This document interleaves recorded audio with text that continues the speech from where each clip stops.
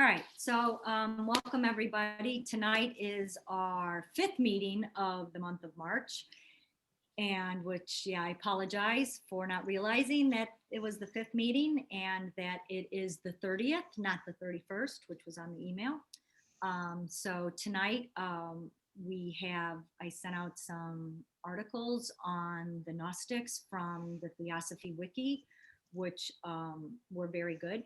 And then I'm going to share the outline and we can start discussing. Let's start first with anybody. Does anybody have any opening remarks in general or specific or anything they want to share? Let's open that first.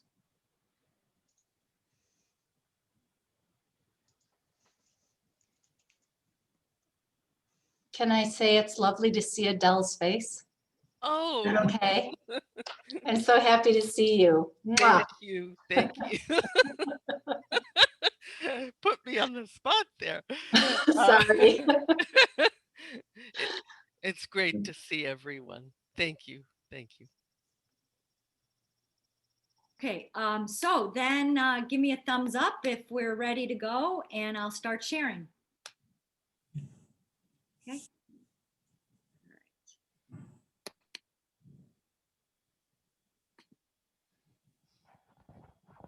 Okay, so can everyone see the Word document that says Gnostic ideas and similarities to Theosophy? Okay, so for this, I want to thank Patricia Pryor. She's a member and a minister for a church out on the East Coast. I believe it's Connecticut. Pat, I'm sorry.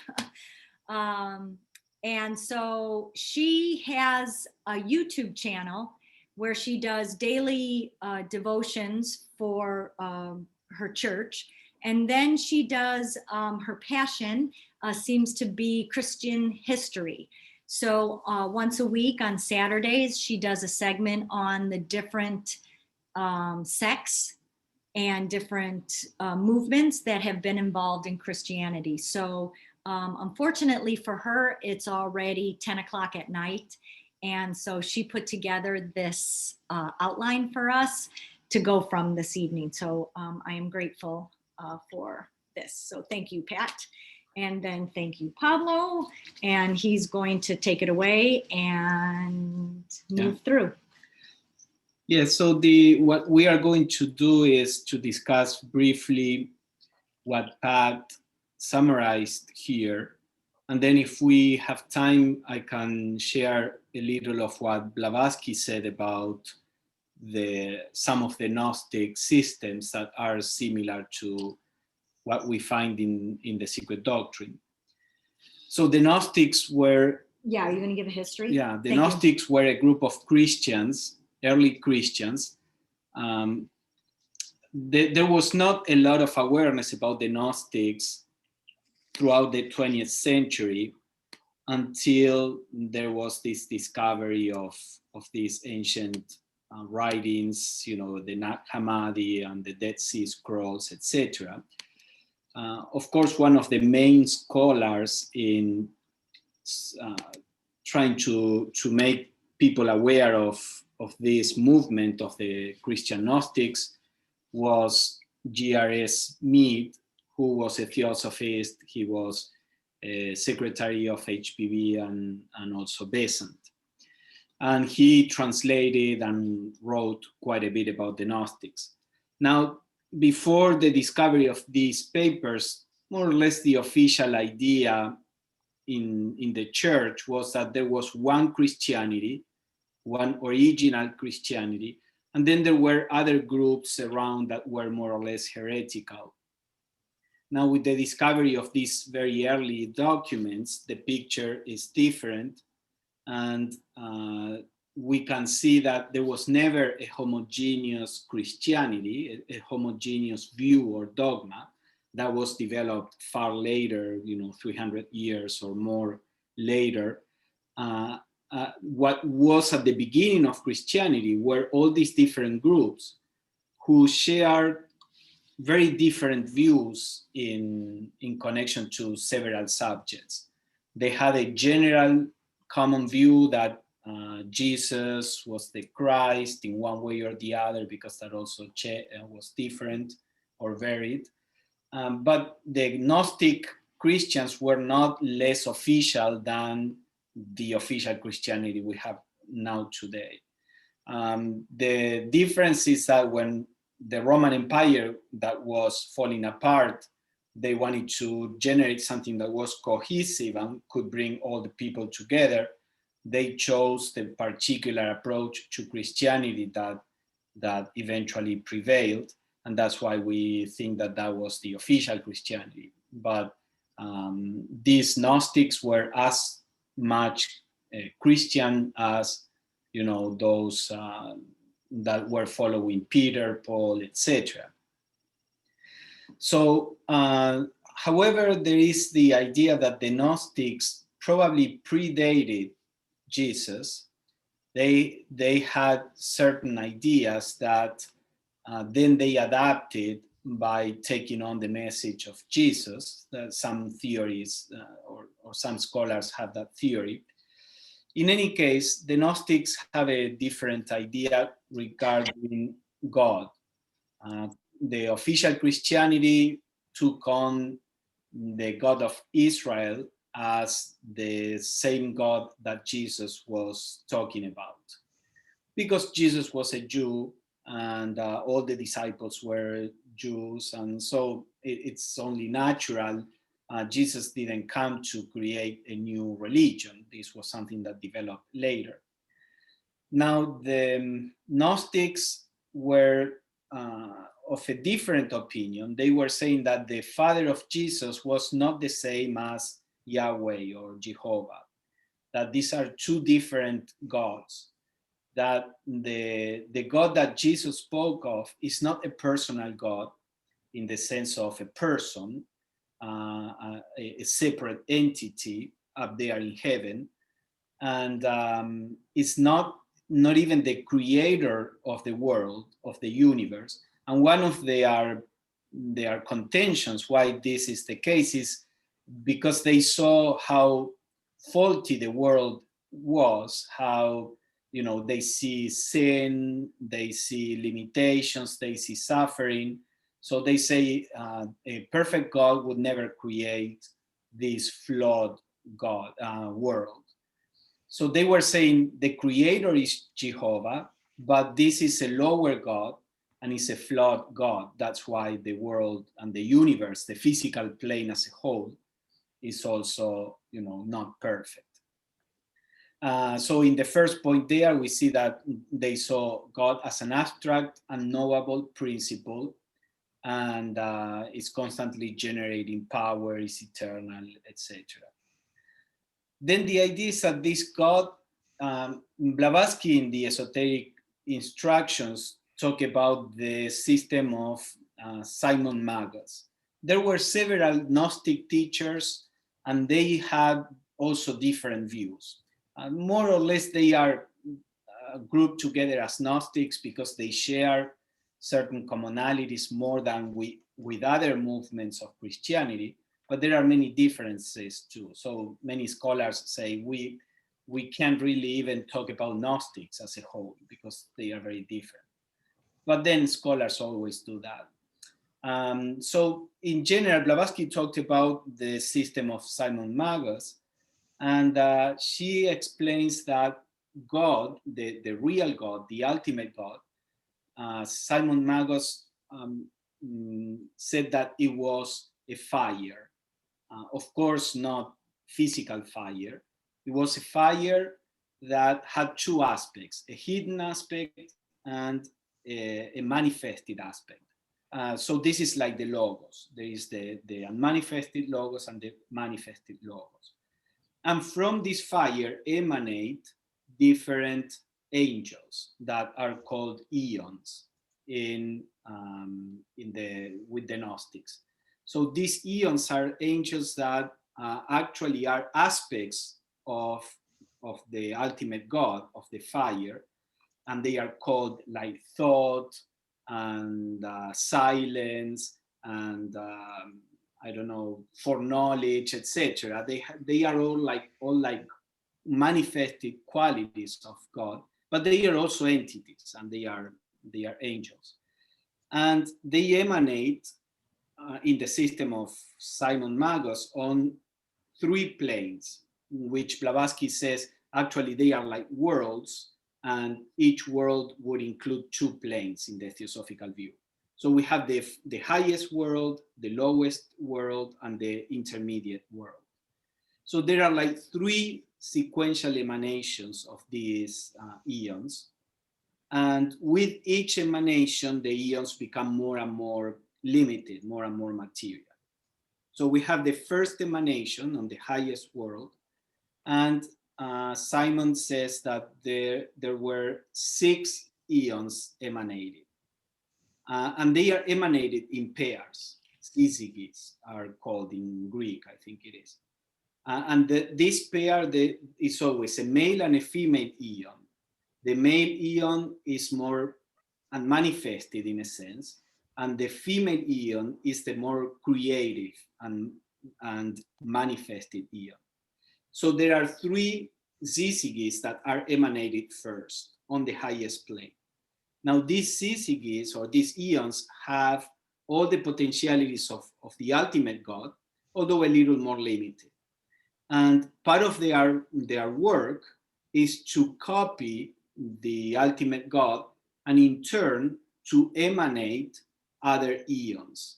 And in that emanation of eons also implies the building of the next world, let's say.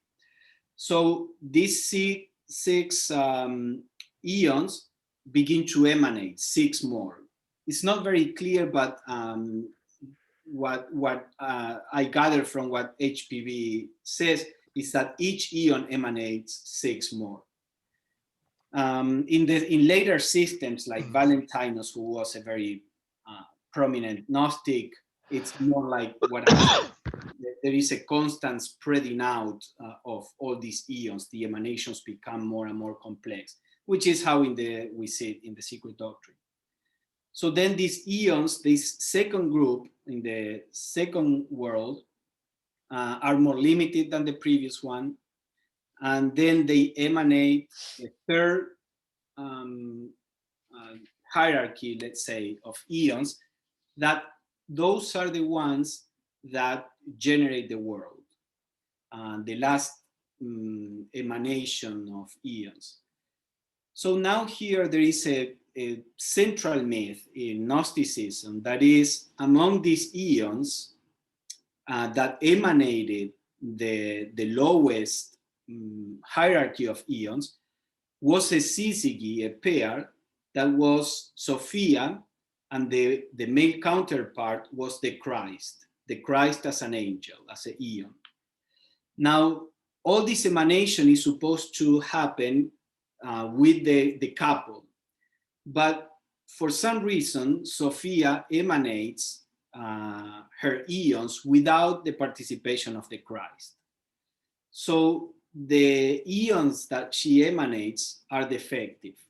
So the main eon of this is what they call Yaldabaoth, which is supposed to be the Jehovah of the Bible. Some Gnostics were very antagonistic with Yaldabaoth, and some of them attacked very clearly Jehovah or Yahweh. And some other Gnostics were milder, and they were saying it's not that this Yaldabaoth is evil, it's just limited because it's an eon of the physical plane. Some others saw in Yaldabaoth an evil, like a demon.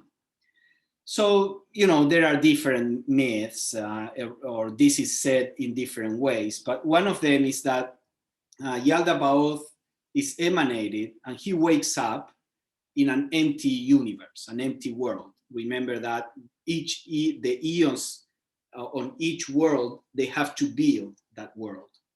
So he wakes up and sees it's an empty universe, and the lower eons are unable to perceive the higher eons, just like our personality is unable to perceive the higher nature unless we really work on this. So when he wakes up, he thinks he is the highest God in the universe that is empty, and he starts emanating his own eons that are called archons, which are like these evil angels from the point of view of the Gnostics. Evil or limited? Evil. Well, in general, if you talk about archons, it's like more demons than angels. And they create the physical world, and they create human beings, etc. Now, because Yaldabaoth was a limited God, the human beings he created were without a mind, without understanding. Yaldabaoth could not produce a spiritual being. This we know in the secret doctrine was similar, that the first, there is a phrase that nature unaided fails. So nature can evolve a physical form, but cannot evolve the intelligence. And for this, the secret doctrine says, higher angels had to come to, let's say, create a mind in humanity. So similarly, this first humanity was, some say, like worms. And Sophia, when Sophia sees this disaster, she, with regret, she goes into the physical plane and she implants a divine spark in each human being, which is a worm. Human beings, had not a divine spark because Yaldabaoth was not divine, let's say. She implants a divine spark that will develop the mind, and also that divine spark is the one that will respond to the call of the Christ.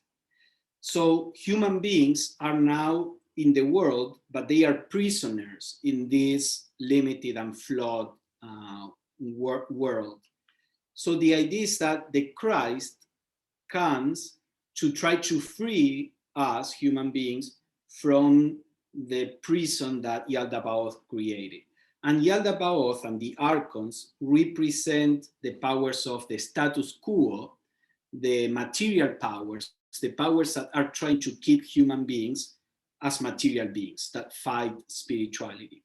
So when the Christ comes and incarnates as Jesus and speaks his teachings, the idea is to wake up that divine spark in us, and by us recognizing our divine origin, we can be freed from the realm of Yaldabaoth. So that is the main Gnosticism in 20 minutes. Gnostic myth. There are a few other points that Pat shared there. So let me finish and then we can discuss it. Can we share it again? You don't want to the discuss PDF. I want to see if anybody has any questions about what you said. Let me give you the whole picture with what Pat said. I'm going to be briefer with what is left because this was the central part. Okay. So the second point is about that, the syzygies. Well, let me read them. So the first point was, see God as abstract, unknowable, not a personal God, a God who continually generates power and goodness, eternal. Number 2, this invisible spirit God emanates a number of spiritual essences or beings called eons in male-female pairs, syzygies, who dwell on the intermediate planes called the fullness or pleroma. They are the characteristics of this divine one. They help to produce a logos or Christ spirit, who is the source of creation. So the pleroma, remember there are 3 worlds in Simon Magus's system. Other Gnostics were a little different. So the pleroma sometimes is either the 2 first worlds or the intermediate one, that is the one that emanates the lower, archons and Yaldabaoth, etc. Number 3, they contrast the God of Jesus with the creator God of the Jews and reject the Jewish God as being a lesser spirit, not the supreme divinity. Some of the Gnostics see the Jewish God as an evil being named Yaldabaoth. the offspring of Sophia, the eon of wisdom, without the participation of its male counterpart. Number 4, each individual is and has a divine spark within, placed there by Sophia. This is the true self. We are not our bodies. Because the bodies is part of this flawed creation. So we are that divine spark coming from Sophia. Number 5, the purpose of life is to find Gnosis or knowledge that will reveal to us our real self and reunite us with the ultimate reality. So while St. Paul and the early apostles were saying that faith would rectify our nature and bring salvation, the Gnostics were saying that knowledge will free us. And by that, they didn't mean intellectual knowledge. They meant a knowledge of our true nature. Number 6, people are taught to look within to find...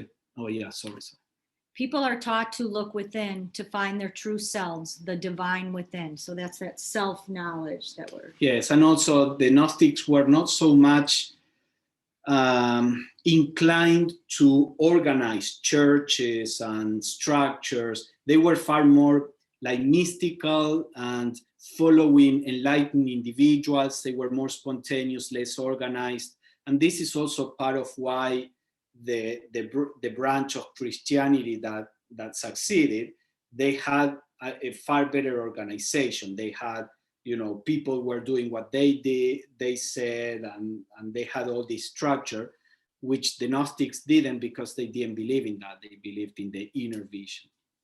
Number 7, Jesus was not a human, but a spirit who took on the form of a human. His purpose was to show us spiritual reality and to help us return to the source. Yeah, that's what I mentioned about the Christ as a eon incarnated in Jesus. Number 8, the Gnostics had a complicated creation myth closer to theosophy than to the Genesis myth.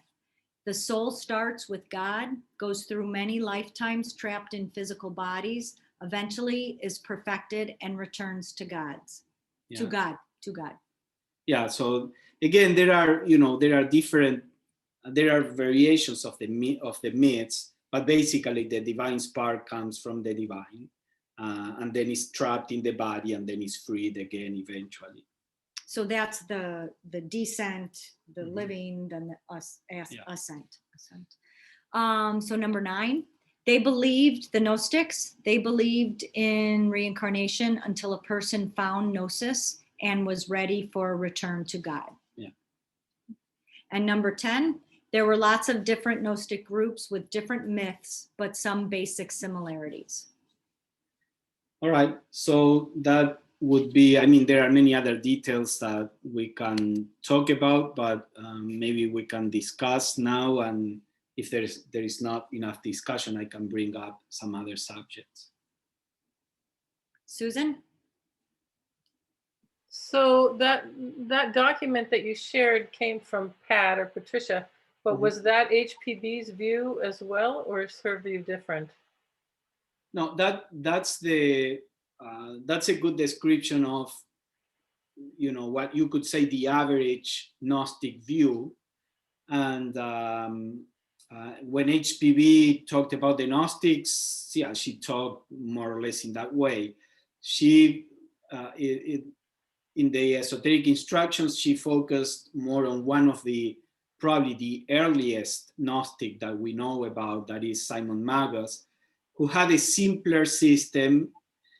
Later on, as time passed, their disciples developed it more and more complex. But the general, when Blavatsky talked about the Gnostics, she agreed with that general, summary. Thank you. Maria? Is there any conception in Gnosticism of the brotherhood of enlightened individuals? To some extent, they, and this gets quite complicated, but in one version, you have like different categories of people. The real Gnostics are those who are enlightened. And in that sense, the real Gnostics can be seen as the adepts. Some of the Gnostics would say that we are born and it's predetermined in what of these categories we fall.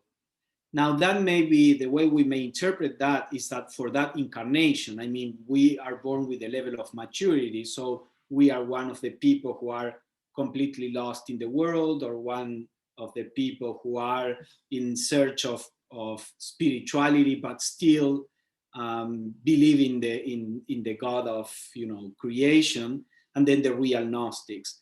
So depending on our maturity in that incarnation, we may fall in some of these categories. Some Gnostics would say that we can switch from one to the other. Others would say that there is a predetermination of the souls.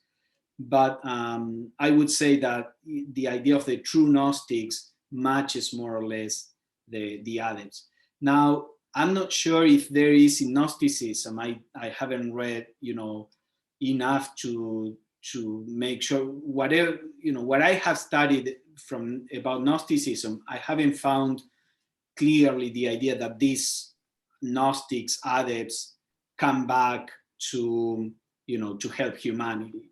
I think these are more like a communion of enlightened beings, because the idea is that what Jesus taught, and of course they have many more gospels that they say Jesus, one of the things they say is that after Jesus died, he kept on appearing to the apostles and giving them esoteric teachings, that the real teachings for salvation that Jesus gave was after his death.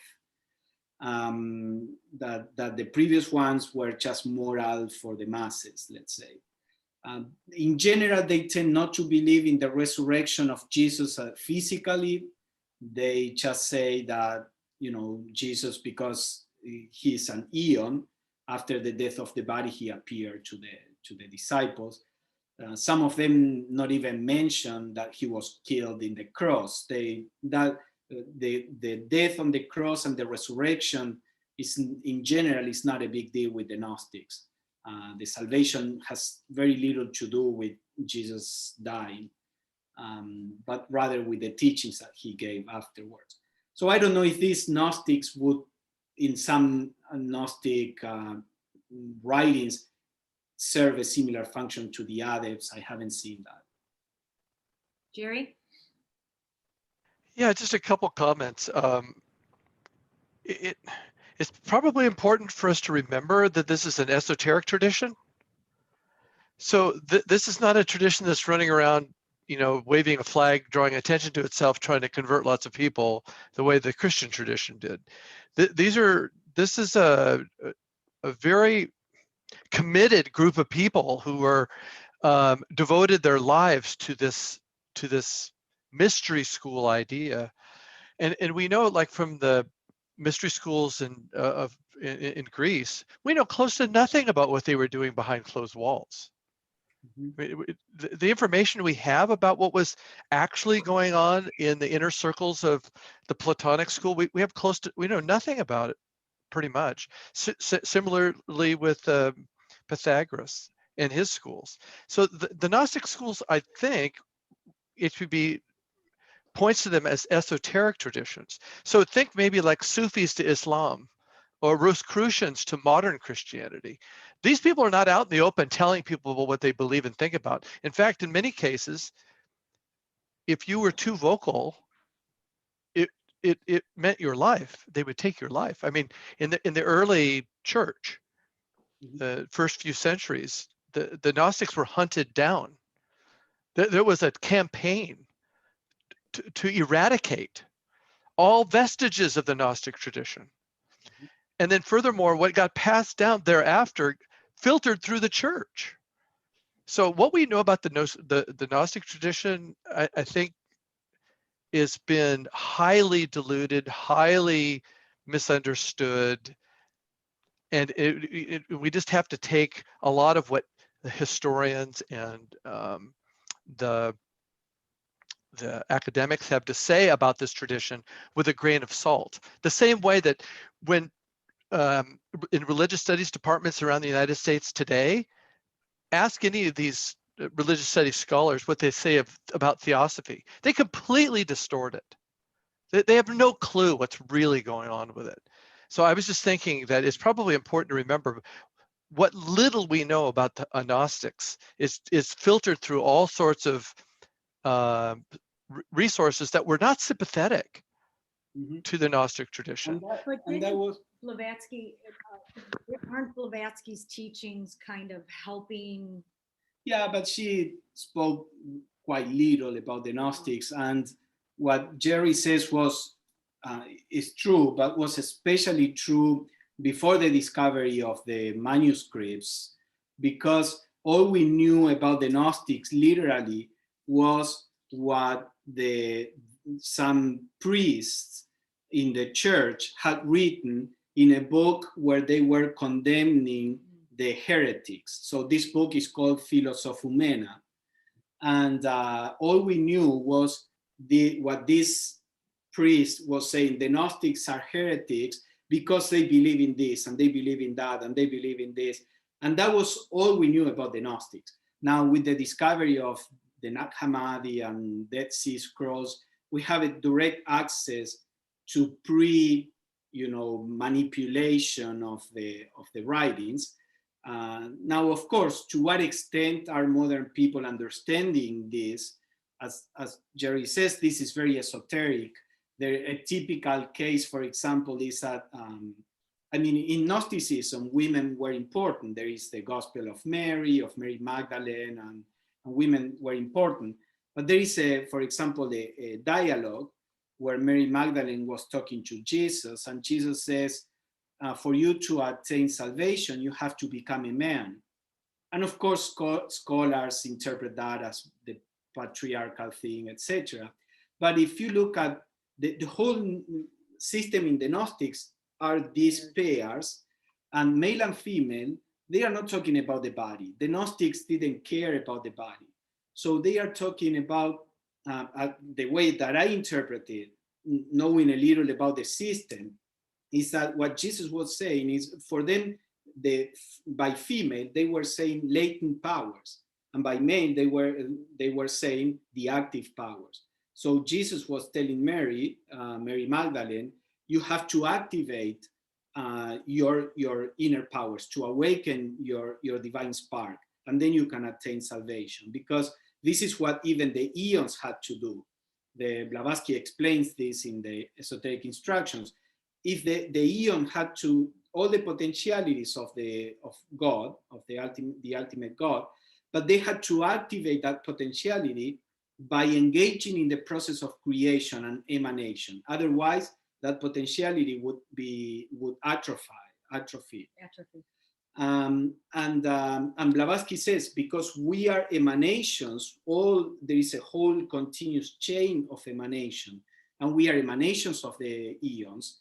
Blavatsky didn't talk so much of Yaldabaoth as an evil eon, but just a limited one.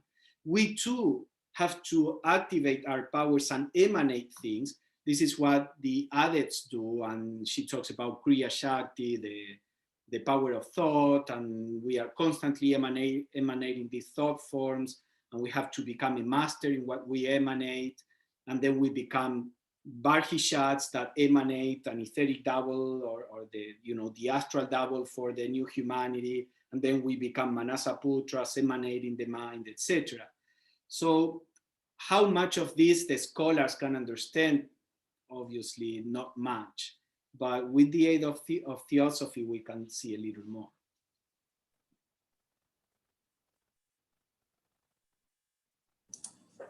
So I've been kind of looking at the number 8 thought and their creation myth. So a soul starts with God. So is this saying that there is a soul? The soul is perfect. It's with God, it's divine, it's perfect. It goes through a journey. It must go through a journey.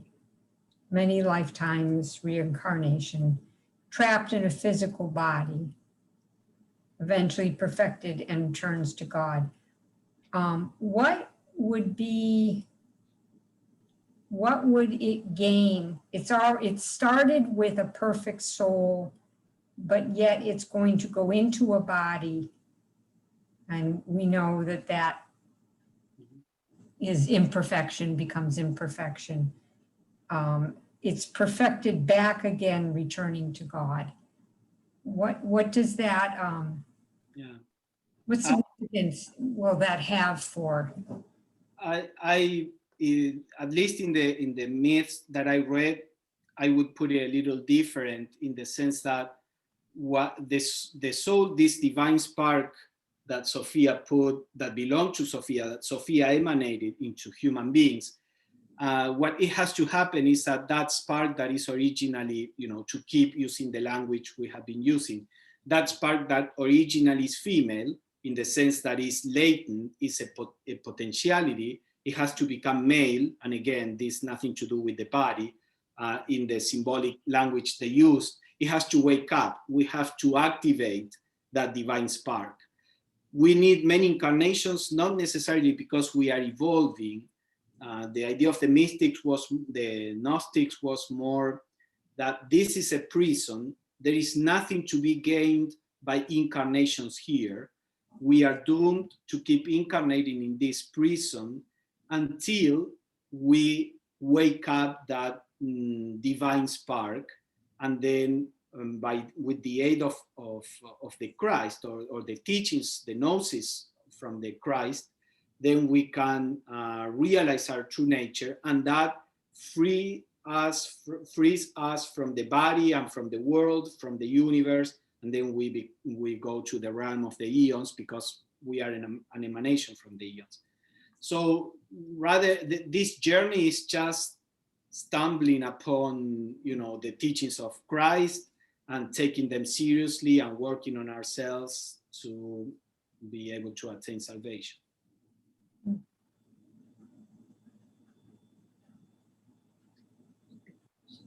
You were asking why. I mean, I understand, but why? Why? No, there is no why. It was a mistake. There are many traditions that try to explain why we are incarnated, especially if we are spiritual, what Dana just asked. If we are spiritual creatures, why are we incarnated? There was a typical argument between the Gnostics and the Neoplatonists at the beginning of the Christian era, which the Gnostics said, we are here because of a mistake, because Sophia emanated this God by herself. This God was flawed, created this out of pride. He was unable to create something good, and now we are prisoners of this. So there is no why other than this is a mistake. Because this is a mistake, you just have to get out of this. Don't get entertained with the world. Don't get attached to the world. Realize you are in a prison. You have to break free. Now, the Neoplatonists would say that that is not possible. Since everything comes from a perfect God, everything has a purpose. And sure, matter is very limited. The Neoplatonists in general were also saw matter in a similar way that was very limited and a prison in a sense, etc. But they said the soul needs this, and they put it in more or less theosophical terms. Actually, Blavatsky says that the theosophical movement derives from the Neoplatonists, shares the same approach, not from the Gnostics in that sense. The Zoroastrians talk about the world as more or less as a war between these two powers, Ahura Mazda and Ahriman. So for them, the world is kind of a war between the powers of good and evil. So and Hinduism and Buddhism talk about the world as an illusion. So you see prison, illusion, school, the TS, the Theosophy and the Neoplatonists put the world as a school. All these are different ways of trying to explain why we are here. And I think they are all partial truths. From a certain point of view, all of them are correct. Thank you.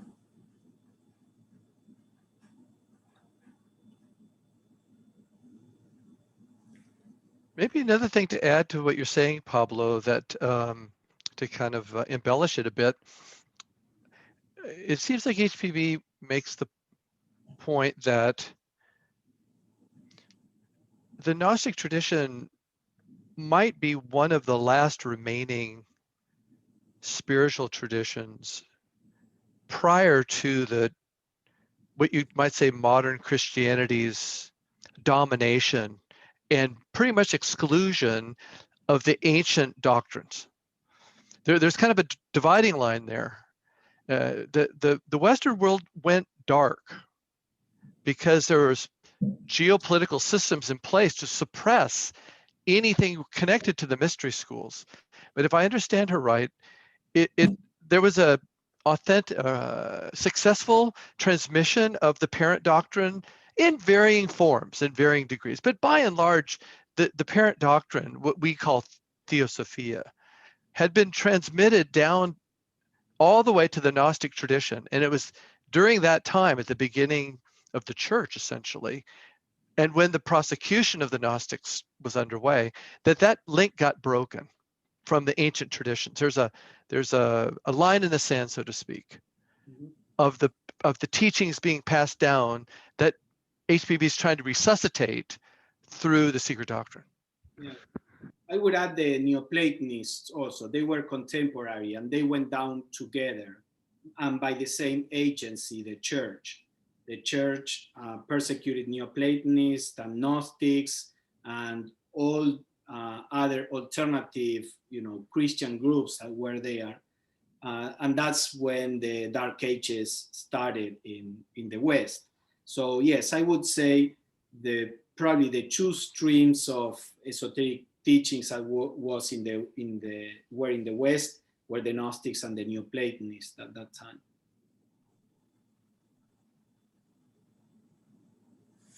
Maria?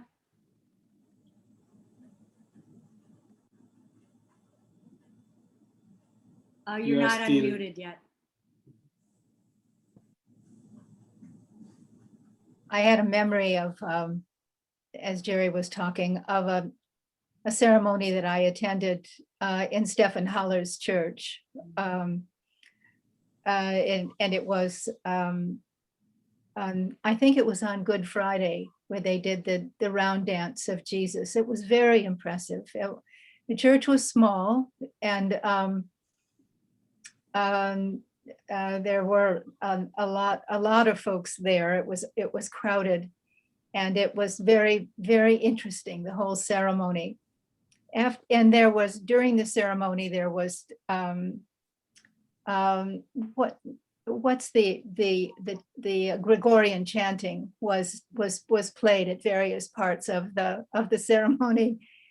And then when the ceremony ended, I was quite astonished because within about 15 minutes, they had transformed the church into a party place.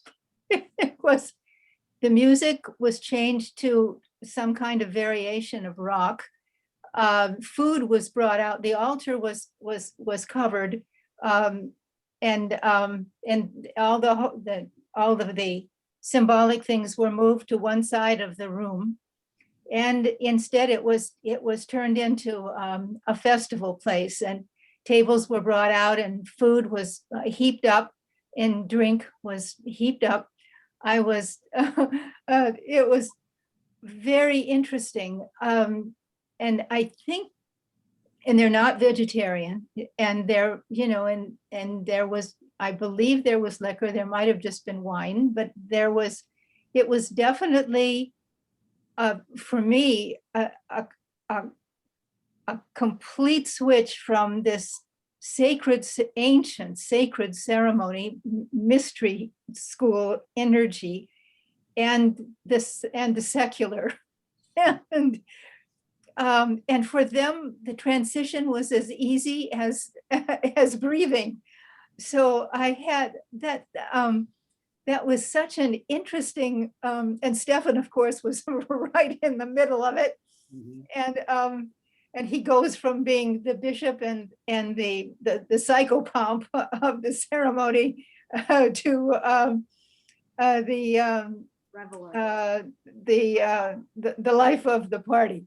And it was just very interesting. And I came to understand that that was in a way, the Gnostic way. But it seemed to me to be such a split between one moment you're here and the next moment you're there. And there was almost no palpable connection between the two, except in both of them, they were having a heck of a good time. there was a kind of joyousness in both dimensions, and somehow that was the connecting link. Anyway, that was my only experience in a Gnostic ceremony turned into festival. Yeah. I was going to ask Maria, we kind of understand or most of us understand like the Catholic church ceremony or the Protestant church ceremony. Can you describe the ceremony a little bit? Like, did they, like in the Catholic Church, you stand up, sit down, kneel down, pray, stand up, sit down, kneel down, pray. Can you describe just the? I don't remember much of it. It was a special ceremony for that evening, and the pivotal part was the round dance around Jesus. And I remember also that in the Gnostic Church, women can be bishops as well as men. So, or clergy at least, and I think they can be bishops. So there was really a mingling of men and women in the ceremony. And but I don't remember the details. It was high ritual in my view. Yeah. Now, regarding what you say, the Gnostic way, the Gnostic tradition was lost for thousands of years. We know relatively little what they did. So Stephan actually is one of the people who revived all this, and based on all documents, etc., he developed the ceremony and this and that. But we don't really know how much of that resembles the original tradition. So it may be the Gnostic way today. It may or may not have been the Gnostic way in the past. I trust Stephan that he did, the best research that can be done, and he may have been inspired too, but we don't have a continuous tradition of Gnosticism, so we don't really know. Yes, I remember you saying that it was more of a contemplative community in the earliest years, and this is certainly quite different from that. Mm-hmm. Pablo Manidi?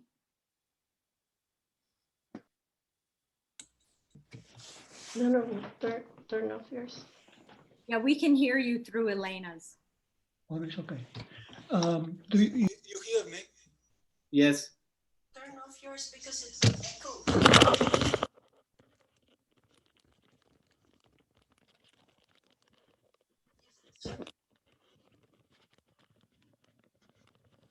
This is off.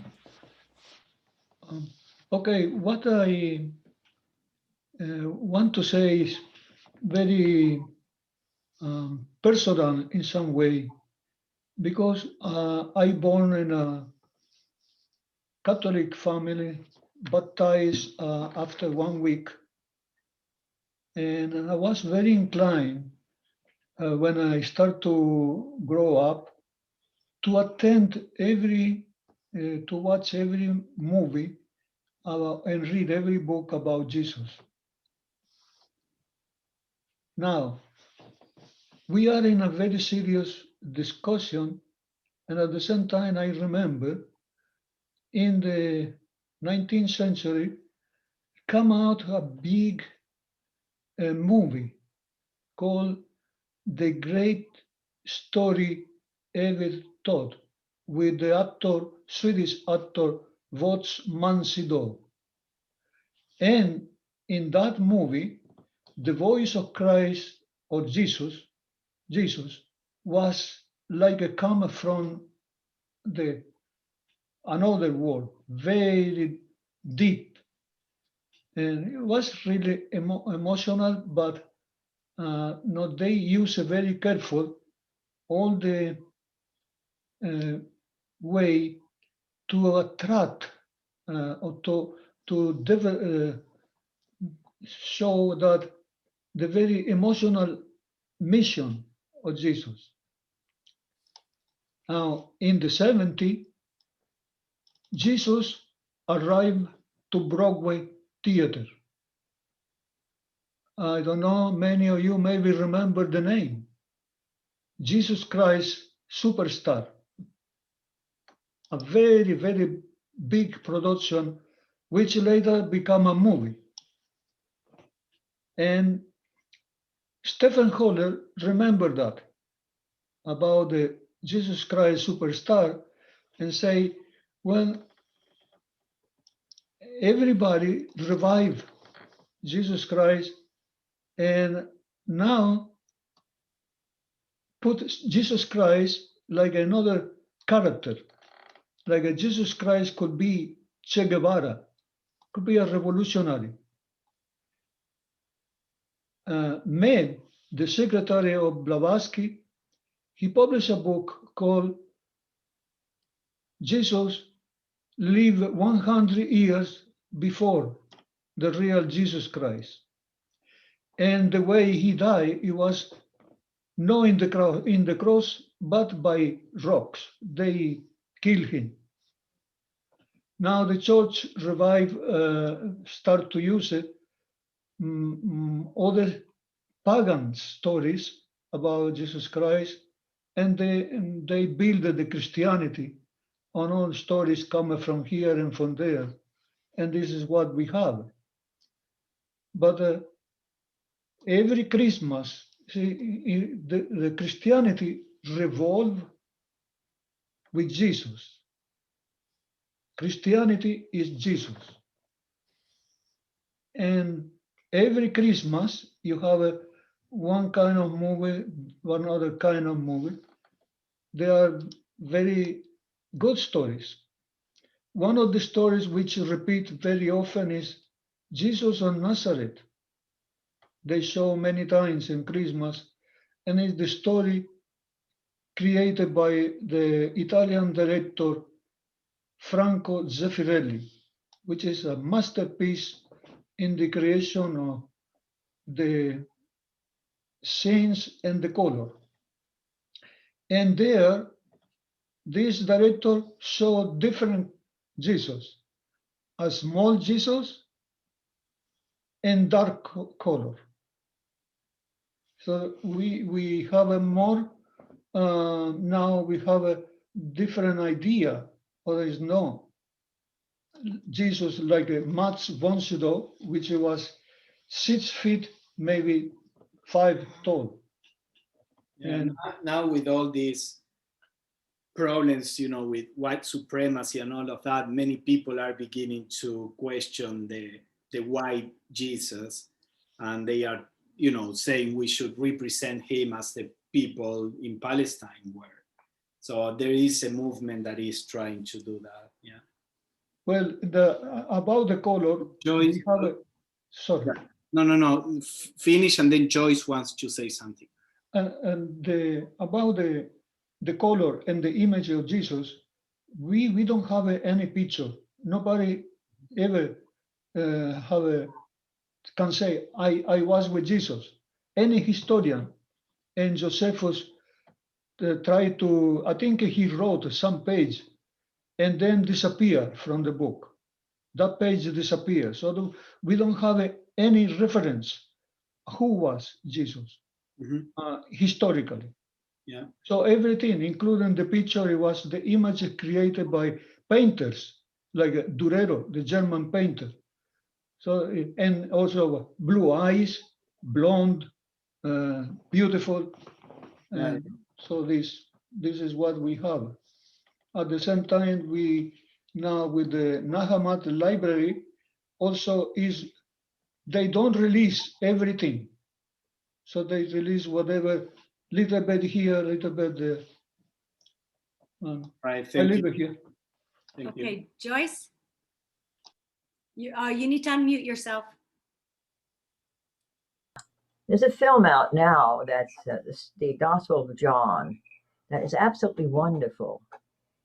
It goes through the Gospel of John. Of course, that's all about Jesus and his teaching and all of that. Starts with the teaching when he comes into his own and was baptized. And it's beautiful. It just goes right through the scripture all the way. And the actor that's portraying him, I think it's a Canadian production. Very fine, very fine. It's a wonderful portrayal of Jesus as a Jew who was enlightened or whatever, who had a mission. And it's so beautifully done. He just talks matter of factly about his teaching and explains it and goes through the process. Anyway, I highly recommend it. It's it's this. I'm sorry now. I've gotten the title mixed up, but it's the story. It's the Gospel of St. John. That's the title. It's based on the Gospel of St. John, and I was very much impressed by this because it was so true to the teaching that he was revealing, which is he was a very humble Jew, and he related very well to everyone.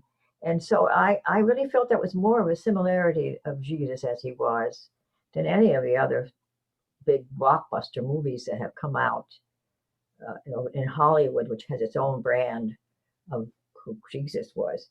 So I highly recommend it. Okay. It's on, I saw it on YouTube. Thank you. Mhm. Okay, thanks. We're close to 8, or we're after 8. Do you have any closing remarks? No. Does anybody have any closing comments or a comment before we sign off? I'll just say briefly that in the 80s, I think I was in this tiny little bookstore, and a book literally fell out of the line of books, and it was the Gnostic Gospels. Oh yes. Elaine Pagels. Yeah. And it totally changed my life because I had never heard of anything like that, and led me on this path that's brought me to theosophy and everything else. It was life-changing, and it was a wonderful little book. So I don't know if you've all read it, probably you all have. But anyway, it was a wonderful book and changed my life for the better. Right. And thank you for this. It was wonderful. Finding us, of books finding us. Yes. Yeah. Thank you for sharing. Anybody else? I just wanted to say that there's a book by Cynthia Bajold, which is a beautiful book on Mary Magdalene, if anyone's interested in reading it.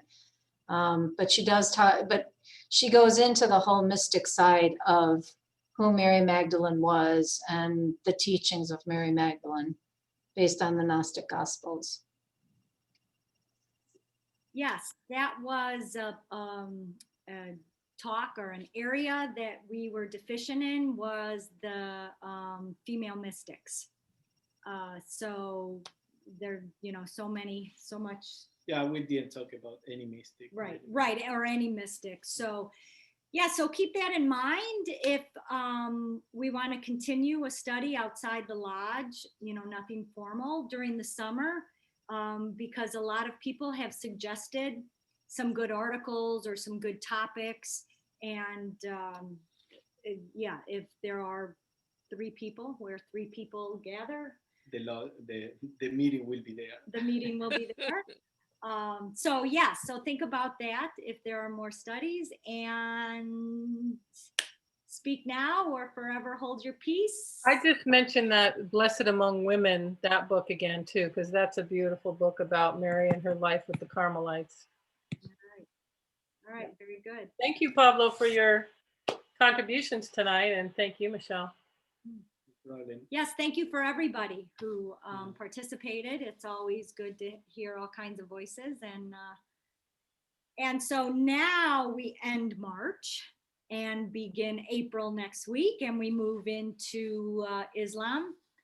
we have a speaker on Tuesday, the 4th, I think it is. A practice. It'll be the 6th. The 4th is Easter. It'll be the 6th. So Tuesday, April 6th, she is I believe a professor. I'll have the whole biography for you and everything. I'll just stop right there before I butcher it anymore. And then the second week, we'll have our intro to Theosophy, and Ananyo will be our facilitator. And then after that, we'll have the 2 Thursdays working out of Annie Besant's book. And anybody who would like to facilitate the Tuesday, April 27th, we're taking takers. So that'll be great. And then we'll work into May. And in May, we'll have Doug talking on the centering prayer. We'll have Jerry on St. Thomas, the Gospel of St. Thomas. And then the last Tuesday or the 3rd Tuesday in May is to be determined. So stay tuned. Okay.